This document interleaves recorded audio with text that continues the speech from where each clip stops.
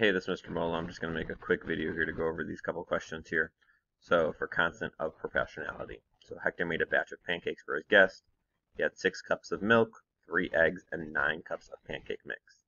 What is the constant of proportionality for the ratio of pancake mix to milk? So, don't really care about those 3 eggs anymore. So, we're just looking at pancake mix, which is 9, over milk, which is 6.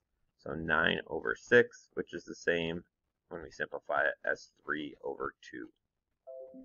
Here we got Jose bought 750 bags of peanuts. I don't know what he's doing with 750 bags of peanuts, but he bought them for $375, and he intends to sell each bag for 15 cents more than he paid.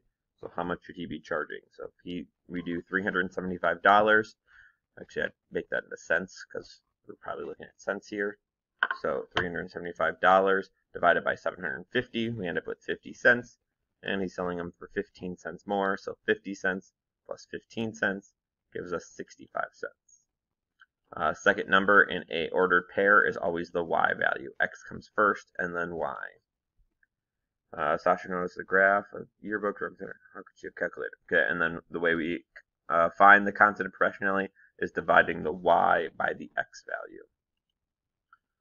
Which table shows a constant of proportionality for the ratio of 2 string instruments to percussions?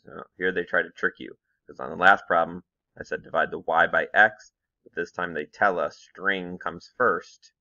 So we're going to divide x by y, and when we divide x by y, we want 2 as our answer. So we're going to just look at these. 2 divided by 3 isn't 2. 2 divided by 5 is 2. 2 divided by 4 is not 2. And it's going to be this third one. 2 divided by 1 is 2. 4 divided by 2 is 2. 6 divided by 3 is 2. So this one's kind of tricky because they asked for the string one first, not the percussion. Hope that helps.